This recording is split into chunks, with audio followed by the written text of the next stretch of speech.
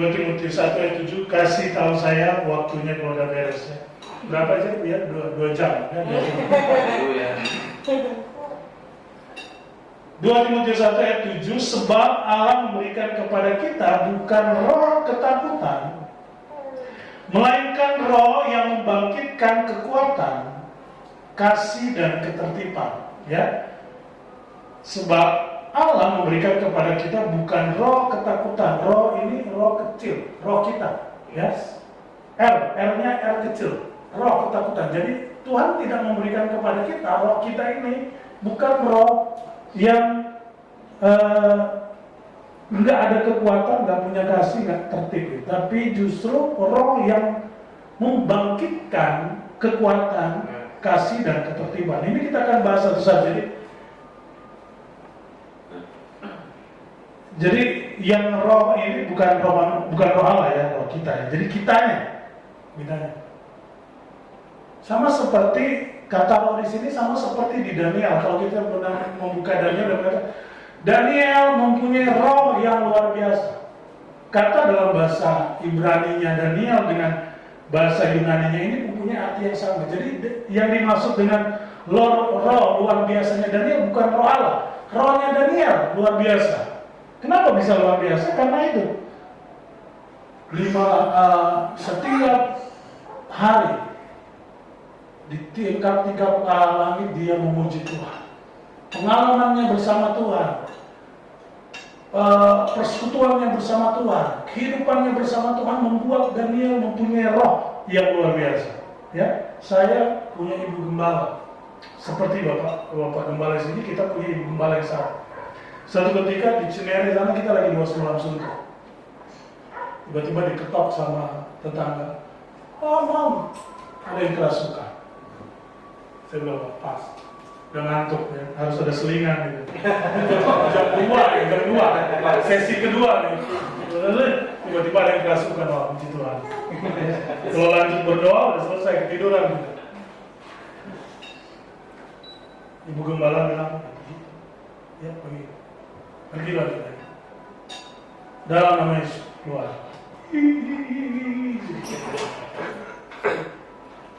Ada teman yang bawa minyak kelapa dikasih. Wah, ini lagi tuh. Perempuan ditampar. Ih, cewek kok kasar banget. Saya kan lagi. Saya bilang diapain ya? Udah nyanyiin, udah ditengking, udah semua. Tetap aja dia. Tiba-tiba ibu gembala kami datang. Udah, belum. Dia datang tiba-tiba yang kerasukan itu langsung pojok. Pergi, keluar. Ibu gembala saya nggak ngomong, cuma senyum, dia disamperin, dipegang kepalanya. Enggak, kita nggak melihat, nggak melihat. Hilang, selesai. Si Oma langsung bilang, kurang berdoa. Gak tau Bapak gembala ada nggak sampai besok. Artinya ibu gembala ini selain punya roh, dianya punya roh yang luar biasa. Kenapa? Karena dia bergaul terus sama Tuhan. Saya kalau nganterin ibu gembala ngajar ke Cianjur, ada saat-saatnya saya lihat dan teman-teman dia ngobrol. Nggak ketawa, kita nggak dengar dia ngomong, tapi dia ngomong. Kalau kita tanya dia kan bilang, kamu tahu nggak arti berdoa? Nah, berdoa itu berbicara dengan Tuhan. Jadi nggak perlu saya tutup mata, tapi saya sedang berkomunikasi. Di saat apapun, saya berkomunikasi dengan Tuhan. Banyak hal yang saya bicarakan. Jadi kita berkomunikasi dengan Tuhan kalau cuma pagi, siang, sore, malam, bangun pagi, makan siang, tidur malam, waduh. Ya, kita akan membahas pertama tentang kekuatan. Ya, roh melainkan roh yang membangkitkan kekuatan. Ya. Dunamos dalam bahasa Yunani-nya, yang dari kata dunamos ini diambil menjadi kata dinamo, penggerak. Jadi ada banyak hal yang digerakkan oleh dinamo. Ya, apa itu salah satunya? Ya, kipas angin. Ketika dinamonya ngaruh, dari dinamo ini meningkat ke dinamo, meledak. Kuasa yang menggerakkan dan kuasa yang meledakkan. Ya, jadi di sini kuasa yang spontan. Ya. Coba kita baca di dalam 1 Yohanes 2 ayat 14 bagian B. Ini kita bagi 3 ya, karena 1 poin aja ini, kekuatan aja ini ada 7 ya, kekuatan aja ada 7, belum cinta, belum apa tadi, ketertiban ya. Nanti sebulan sekali lah ya, sebulan sekali ini bahas kekuatan. 1 Yohanes 2 ayat 14 bagian B. Aku menuliskan kepada kamu hai orang-orang muda. Orang muda ya, muda kan? Amin. Karena kamu kuat dan firman Allah diam di dalam kamu, dan kamu telah mengalahkan yang jahat. Ya. Sebagai orang muda, haleluya, ya harus ada kewaspadaan, ya, kewaspadaan, karena apa yang kita kerjakan. Saya selalu bilang ke anak-anak youth yang di tempat-tempat lain kalau saya lagi pelayanan, bahwa apa yang kalian kerjakan hari ini menentukan 10 tahun kau ada ke depan. Saya lebih suka ngomong ini ke anak-anak ketika mereka di sekolah. Sebenarnya apa yang kau kerjakan hari ini menentukan 10 tahun depan kau itu siapa. Ya. Ada anak yang dia pernah 1 kali bolos nge-live di kelas. Jadi teman-teman, lu kemana lu? Bolos. Pas dia senang-senang dia di motor, tiba-tiba temannya balik gini, ih depan apa? Gitu. Jadi dia nge-live gitu. Senang-senang. Orang lain susah belajar, dia senang-senang. Kelas 1 tetap naik di kelas 2, karena kelas 1 itu masa percobaan, kelas 2. Kelas 2 pun begitu, naik. Di kelas 3 nggak naik kelas. Dia nangis-nangis, nangis. Ya. Bahkan sekarang orang-orang seangkatannya udah jadi manajer di travel, udah pimpin tour kemana-mana. Dia jadi peminta-minta. Bro, di mana? Makan yuk. Bro, ngajak makan tapi dia minta traktir.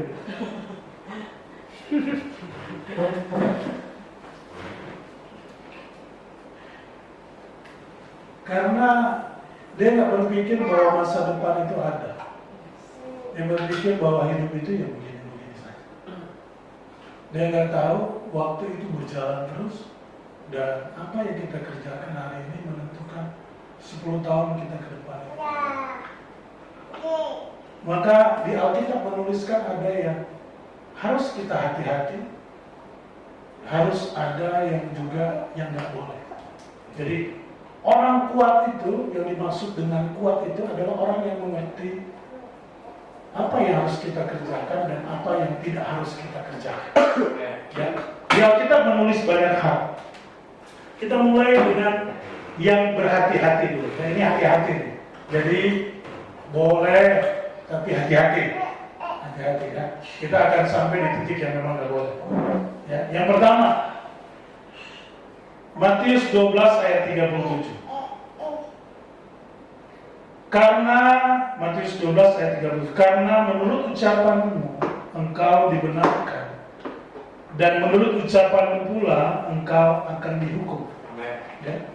Jadi berhati-hati dalam ucapan. Jangan terlalu cepat mengeluarkan kata-kata, baik itu untuk orang lain ataupun untuk diri kita sendiri. Biasa untuk orang lain sumpah serapah, wah 7 turunan lo, 7 turunan lo, nggak akan maafin lo, pulang pasti lo ketabrak, banyak lo gitu. Begitu gampang mengucapkan sumpah serapah. Hati-hati. Atau tidak hanya ke orang lain, tapi ke ke kita, ya, ke kita. Nggak bisa. Susah. Nggak mungkin. Hati-hati. Karena ada pepatah katakan ucapan yang keluar dari mulut itu adalah doa. Ya. Walaupun nggak semua, tapi seringkali apa yang kita ucapkan itu kejadian sama kita. Ya. Jadi jaga ucapan, jangan sampai justru merugikan kita. Jadi hati-hati, ya, karena Yakobus 5 ayat 16, doa orang benar bila dengan yakin doa akan sangat besar. Jadi ucapanmu berkuasa atas segala sesuatu. Jadi ya, apalagi kita yang sudah punya anak, ya. Kasar bodoh kayak bapak lu.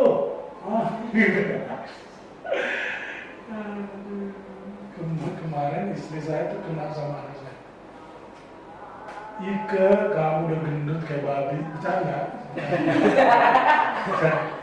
Dan kayak babi, terus lagi, mamanya babi dong. Saya ketawa, lalu saya bapaknya babi dong. Saya bercanda kan, bercanda gitu ya, bercanda. Mau kamu udah makan minum susu, 2 jam kemudian dia minum susu lagi. Makan ayam biasanya KFC dia pesan 1 ayam, sekarang udah 2. Belum kentang, belum es krim. Aduh, bukan masalah uangnya, banyaknya malah. Mamanya suka kesel, dia kalau makan itu niru bapaknya ya, anak gue gitu. Kunyahnya di dalam mulut. Jadi kalau mama istri, kamu tuh perempuan makan dikit-dikit. Ini dia masukin semua. Baru kenapa? Pak, makan begitu dimasukin semua baru kunyah. Terus saya ikut dikit-dikit. Dan saya pun belajar. Kadang-kadang kita terlalu spontan dengan apa yang kita bicarakan, dengan tidak sadar bahwa apa yang kita bicarakan mempengaruhi. Ya, apalagi kita, ya. Apalagi kita yang anak Tuhan, ya, ucapanmu adalah berkuasa. Ya.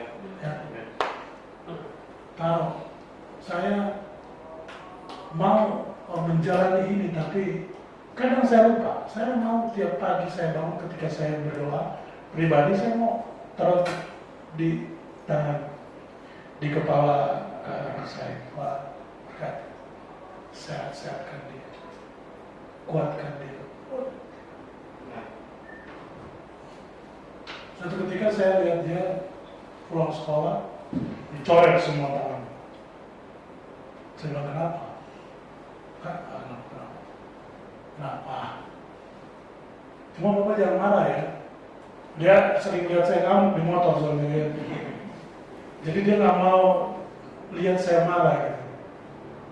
Karena udah sering dia lihat saya marah gitu orangnya, minimal saya teriakin lah. Gitu.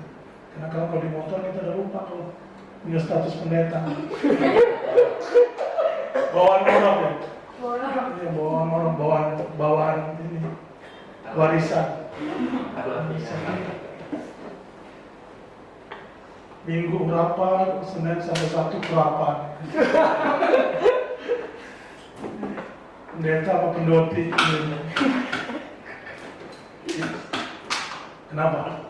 Dicoret sama kamu. Mana yang orang? Ya sebentar. Tidak. Dia tadi enggak apa-apa. Bapak cuma bilang, nanti nggak boleh coret-coret tangan iklan.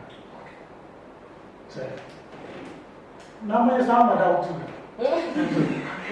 Daud.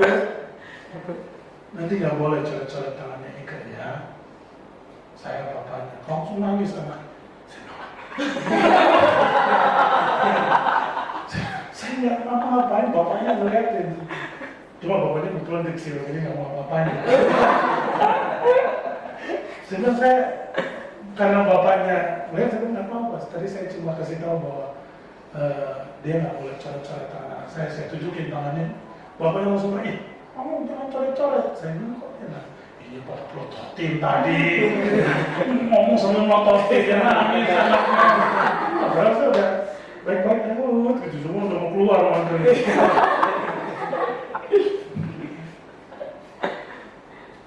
Hati-hati dengan ucapan. Selalu ucapan berkah. Seperti yang saya bilang tadi, ya.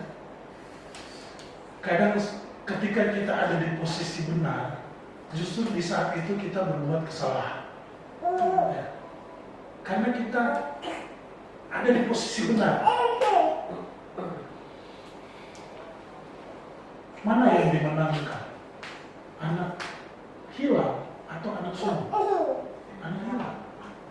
Anak sulungnya justru terhilang. Kenapa? Dia ada di posisi benar.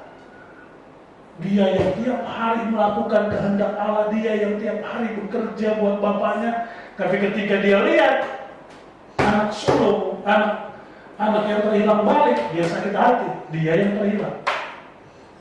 Banyak kita kalah justru ketika kita ada di posisi benar. Makanya saya bilang tadi, ketika ada masalah, dua-dua sedang dicobai Tuhan. Orang yang salah dan kita yang benar. Orang yang salah dicobai mau nggak minta maaf, sedangkan orang yang benar mau nggak memaafkan. Ya. Yang kedua, yang tadi hati-hati. Jadi orang yang kuat itu tahu memperkatakan, menjaga mulut. Ya, hati-hati. Menjaga mulut. Yang kedua,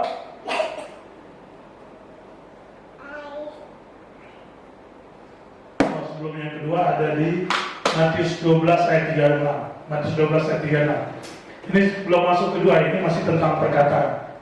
Jadi kalau ini sih lebih ke anak-anak muda lah ya, yang masih suka nyerempet-nyerempet bahasa yang memang nggak boleh. Jadi gini, Matius 26 ayat 36, 12 ayat 36 berkata begini. Tetapi aku berkata kepadamu, setiap kata yang sia-sia, ya, kata sia-sia dalam terjemahan asli ini kata kosong, yang nggak ada artinya, ya, yang diucapkan orang harus dipertanggungjawabkannya pada hari penghakiman. Ya, hati-hati juga bercanda sama Tuhan ya. Anjir, dari kata dasar dogi gitu ya. Karena akan dipertanggungjawabkan. Kadang-kadang kita bercanda, udah lupa status gitu. Ada kan. Dulu waktu di gereja dulu, sampai ada satu majelis yang bilang ini orang apa sih? Ntar dia maki-maki, ntar dia pelukan, maki-maki, ntar pelukan. Saya bilang, om, kita semakin sakit makian kita itu semakin berteman. Ini nggak usah pusing kan. Ya. Hati-hati, karena kadang-kadang omongan kita buat orang lain sih. Ya. Apa sih orang hari Minggu angkat tangan tinggi-tinggi, tapi pas bercandanya lebih dari kayak orang bukan anak Tuhan. Ya, di sini mau ada.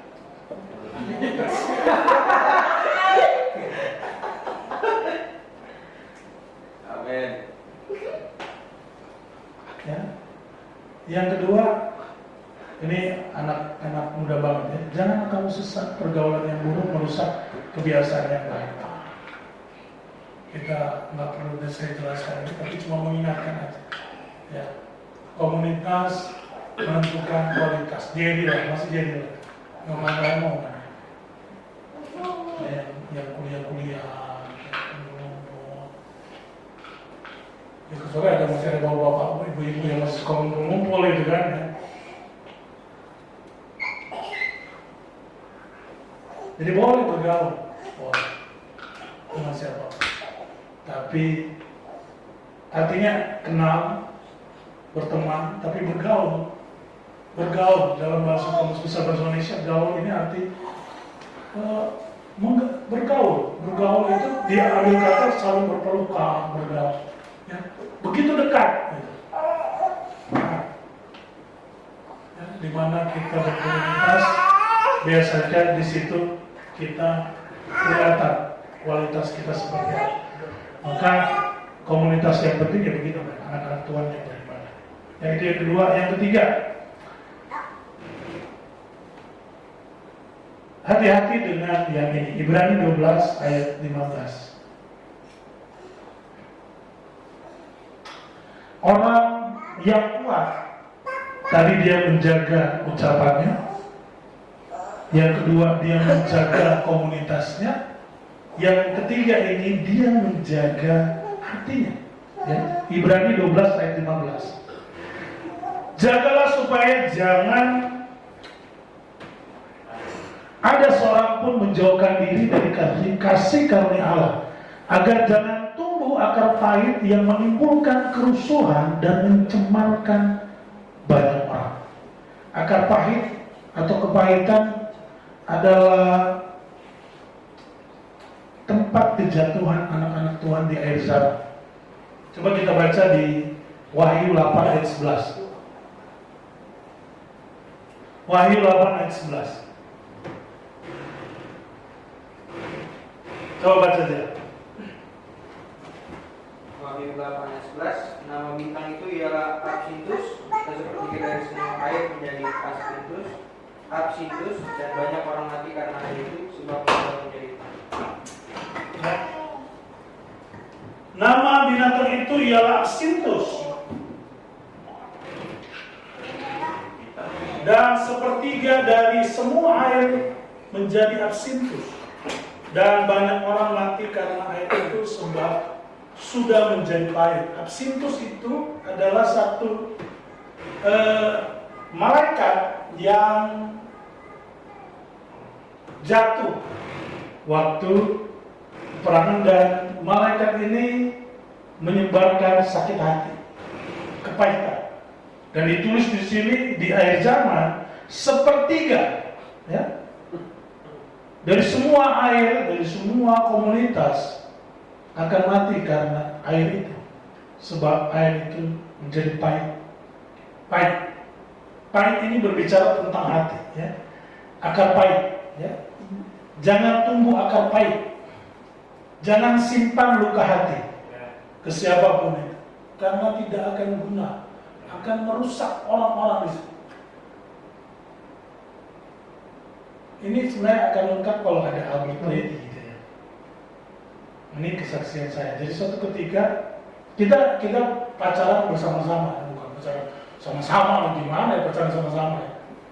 Karena kita tumbuh sama-sama, kita pacaran sama-sama. Jadi Albert itu punya kembaran satu, ada satu lagi sekarang jadi gembala di Garut. Ya kita cowok ada 4, perempuan 1, ya Lady itu. Ya, kemana-mana kita sama-sama, motor kita ke Lampung, kita kemana, touring gitu. Perempuan cuma dia doang, boncengan sama ya siapa aja dia mau bonceng aja, dan nggak ada yang lain yang bisa masuk di kita gitu ya, karena memang temenannya erat sekali. Kita pacaran hampir mirip, cuma beda bulan. Yang pertama putus, yang kembarannya Bapak Albert. Kedua yang gembala di Garut. Ketiga saya. Putusnya itu ketika sudah 8 tahun pacaran. Albert itu nikah ketika udah 9 tahun. Jadi saya putus setahun kemudian si Albert kawin sama Lady ini. Ketika putus gitu, saya ada di titik yang memikirkan, gila, ada banyak banget di bensin gue bawa buat lo ya. Kebun kacang, dia tinggal di Cinere, kuliah di Hanukir, Mustopo. Pagi jam 6 saya udah jalan dari Tanah Abang pergi jemput ke Cinere. Dari Cinere saya antar dia ke Mustopo, saya balik lagi ke kebun kacang. Jam 2 saya naik kebun kacang, saya jemput. Dan itu berjalan terus, ternyata jagain istri orang. Kesian ya. Dan tiba-tiba waktu putus itu ada sakit hati. Dan ternyata sakit hati saya itu mempengaruhi orang-orang di sekitar saya. Saya mulai menyakiti sahabat-sahabat saya mulai menyakiti orang-orang yang kandung, termasuk Albert Lady yang kena absinthus dari saya. Saya waktu itu sepertinya saya lakukan benar. Padahal saya sedang menikmati sakit hati saya.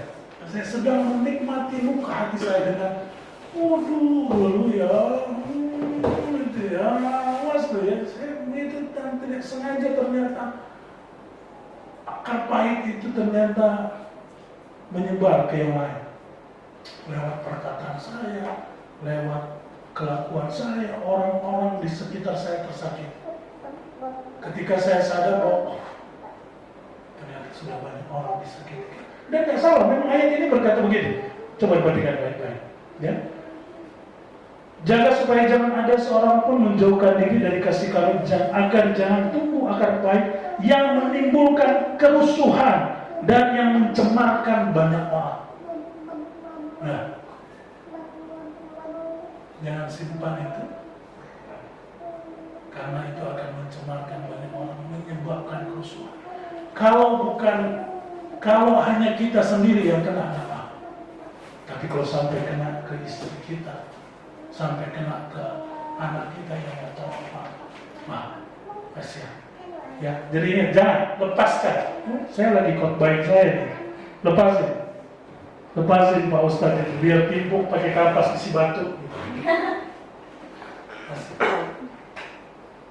Ada waktunya Tuhan bekerja. Ya. Jadi orang kuat itu, roh yang membangkitkan sehingga orang kuat itu adalah orang yang menjaga hati. Bukan yang menjaga mulut, menjaga pergaulan, tapi menjaga hati. Ya. Selanjutnya, terakhir.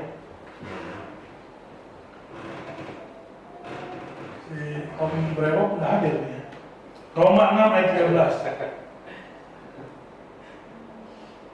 Roma 6 ayat 13. Dan jangan kamu menyerahkan anggota-anggota tubuhmu kepada dosa untuk dipakai sebagai senjata kelaliman. Tapi serahkanlah dirimu kepada Allah sebagai orang-orang yang dahulunya mati tetapi yang sekarang hidup, dan serahkanlah anggota-anggota tubuhmu kepada Allah untuk menjadi senjata-senjata kebenaran. Ya. Dan jangan kamu menyerahkan anggota tubuhmu kepada dosa untuk dipakai sebagai senjata kelaliman. Ya.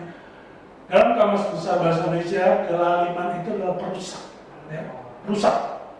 Ketika bicara tentang merusak ini bisa ke orang lain, bisa ke diri kita. Jadi jangan menyerahkan tubuhmu untuk senjata yang merusak, baik untuk orang lain maupun untuk dirimu. Mana Om ayat tentang merokok? Nih, ya. Jadi jangan menyerahkan anggota tubuhmu kepada senjata kelaliman. Kelaliman dalam bahasa Inggris itu merusak. Jadi senjata yang merusak itu bisa ke kita ataupun ke orang lain. Ya. Banyak nggak fokus ke merokok, tapi hal-hal yang sifatnya merusak kehidupan kita. Makan banyak. Ya.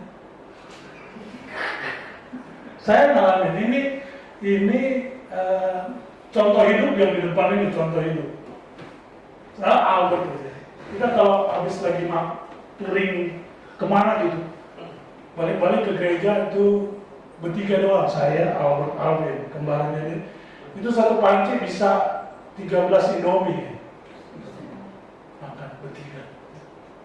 Kita pernah punya langganan di Tanjung Priok itu, rumah makan Manado. Minut. Kalau kita sampai ibunya bersuka cita senantiasa, tutup. Mereka aja yang di sini.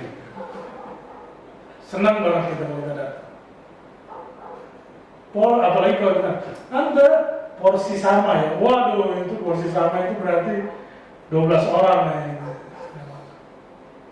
Kita pernah ke puncak, sekali lewat itu ada restoran baru, nasi gratis, wih, haleluya.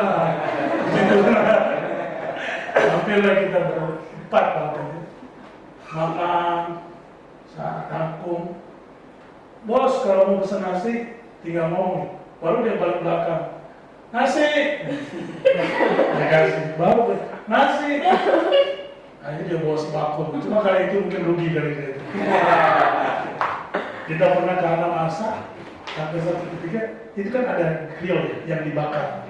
Waktu kita makan itu pas balik lagi orang bilang, udah habis Pak, yang di grill udah habis. Sampai manajernya turun, Pak makan nasi juga, oh enggak, kita makan daging aja. Itu tanya sama Albert itu benar-benar itu kesaksian yang merugikan orang lain. Tapi tanpa kita sadar itu merusak badan kita. Saya di umur 25 tahun kedetek bahwa saya kena jantung bengkak. Pembengkakan jantung itu ketika saya dicek, dia bilang gini, dokter bilang gini, umur berapa Pak? 25. Bapak ini 25, udah makan kayak orang 70 tahun. Saya coba cerna bahasanya. Umur 25 tahun, tapi makan kayak orang 70 tahun. Jadi, saya rakus tuh begitu ya. Jadi, penyakit ini adalah penyakit orang tua. Karena proses makan apa, biasanya umur 60 atau 70 orang otomatis akan kena pembengkakan jantung. Tapi Bapak umur 25 udah kena penyakit orang tua yang makan udah 70 tahun. Jadi bayangin Bapak makan begitu rakus sama kayak orang udah makan 70 tahun. Saya coba-coba, iya, karena saya makan sekali itu kayak 12 orang. 12 orang. Nanti Albert sama orang. Itu penyakit-penyakit yang timbul karena kita tidak menjaga kesehatan, merusak tubuh sendiri. Ya, hal seperti ini jangan lah. Kalau yang lain-lain kan terlanjur ada bedanya. Ya. Jadi menjaga fisik, dokter itu bikin shock. Dia nanya Pak kerjaan apa? Pendeta. Pendeta. Badan itu jangan didoakan. Ini saya ingat terus pepatah.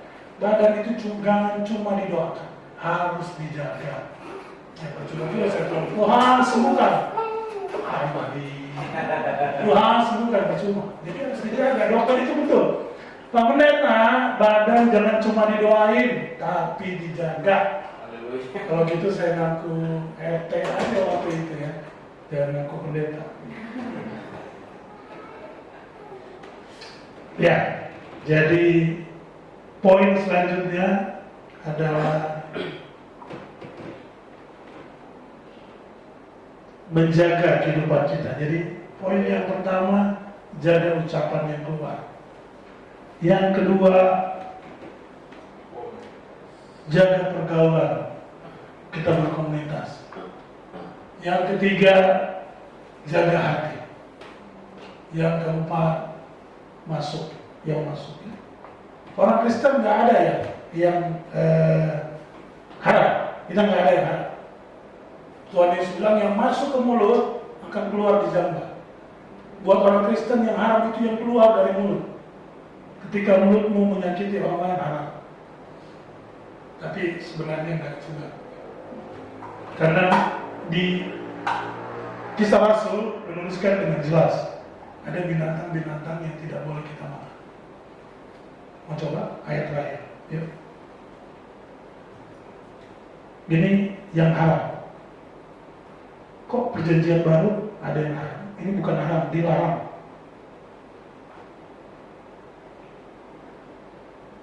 Udah pernah baca?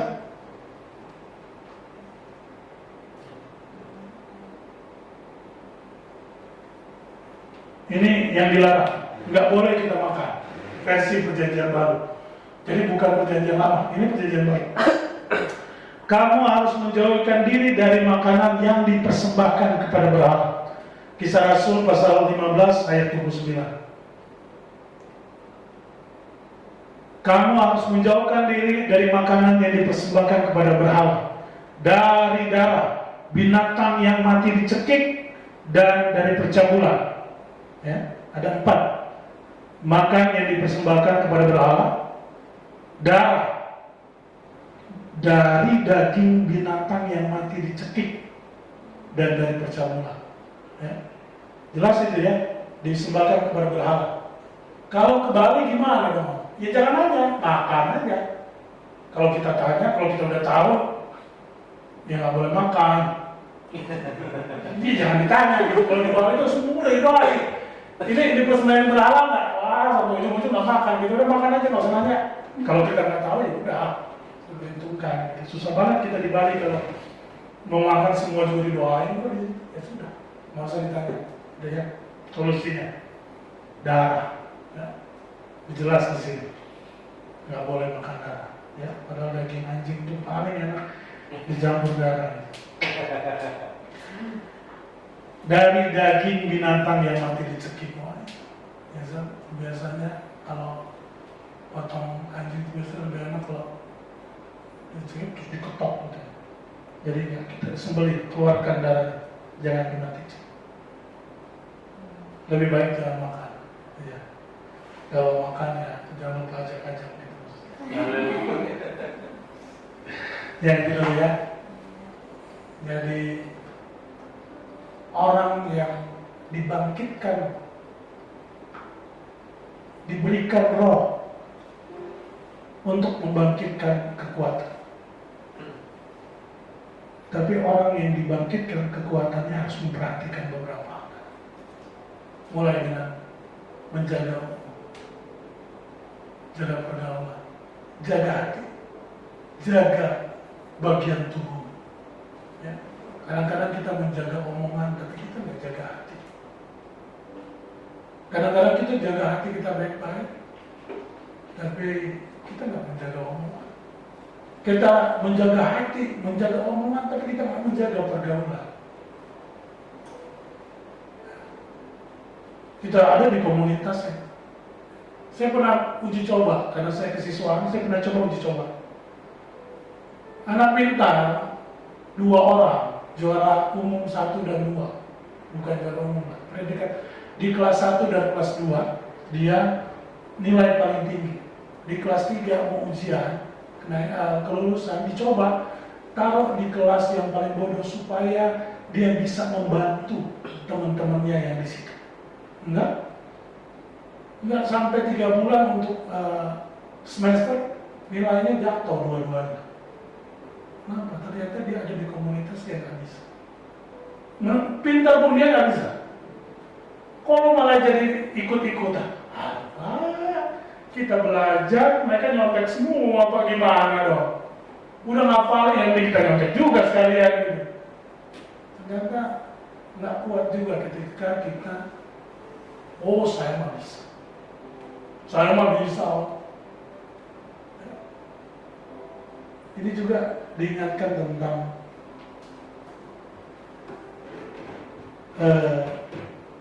beda agama, ya. Coba terlintas di share. Jangan coba-coba, masih banyak yang lain, masih banyak orang-orang kita, ya. Masih banyak, nggak usah cari yang lain. Karena kita tidak hanya akan akan berlainan, akan susah ngapa-ngapain, tapi kita juga akan memisahkan dia dengan orang tuanya. Saya ngalamin itu.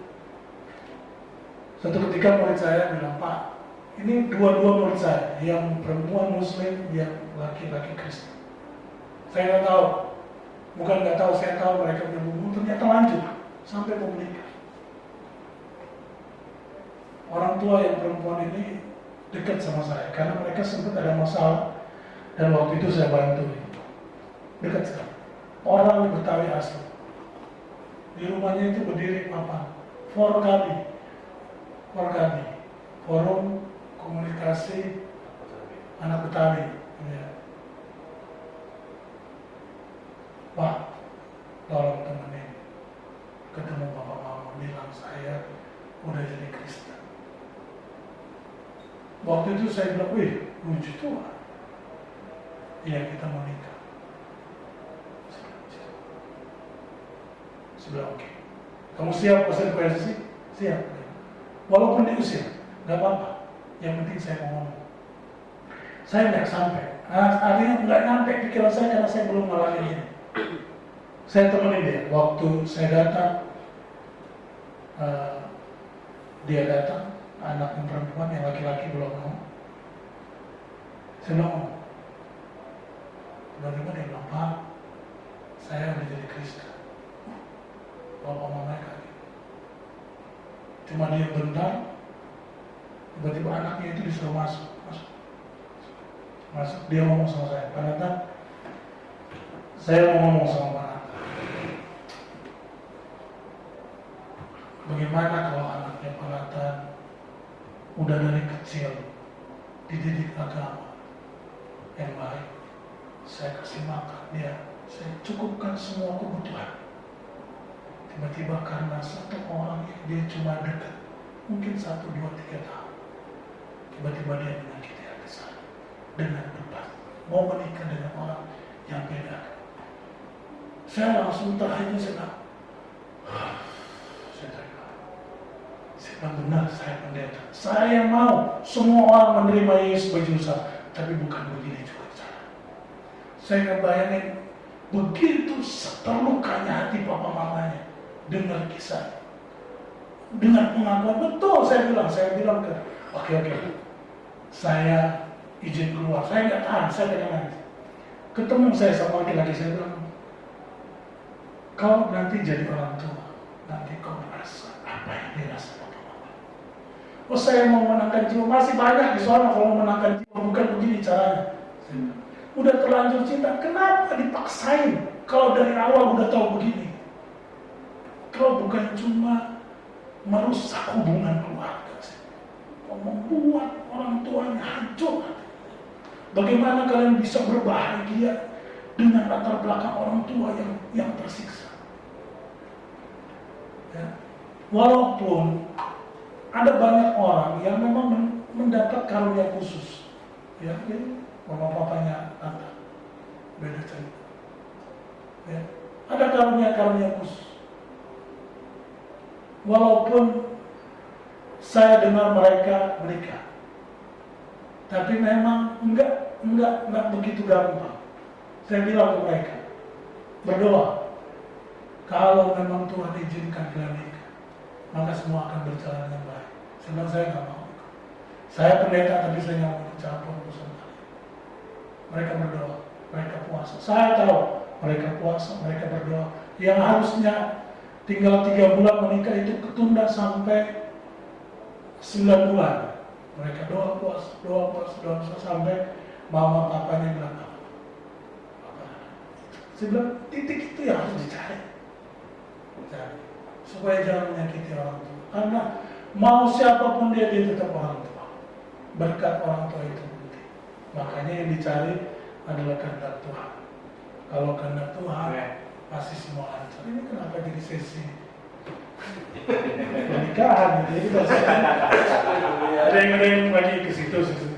Biasa kalau tiba-tiba diingatkan, jangan-jangan ada. Jadi jangan-jangan udah mulai ini ya. Ya berdiri.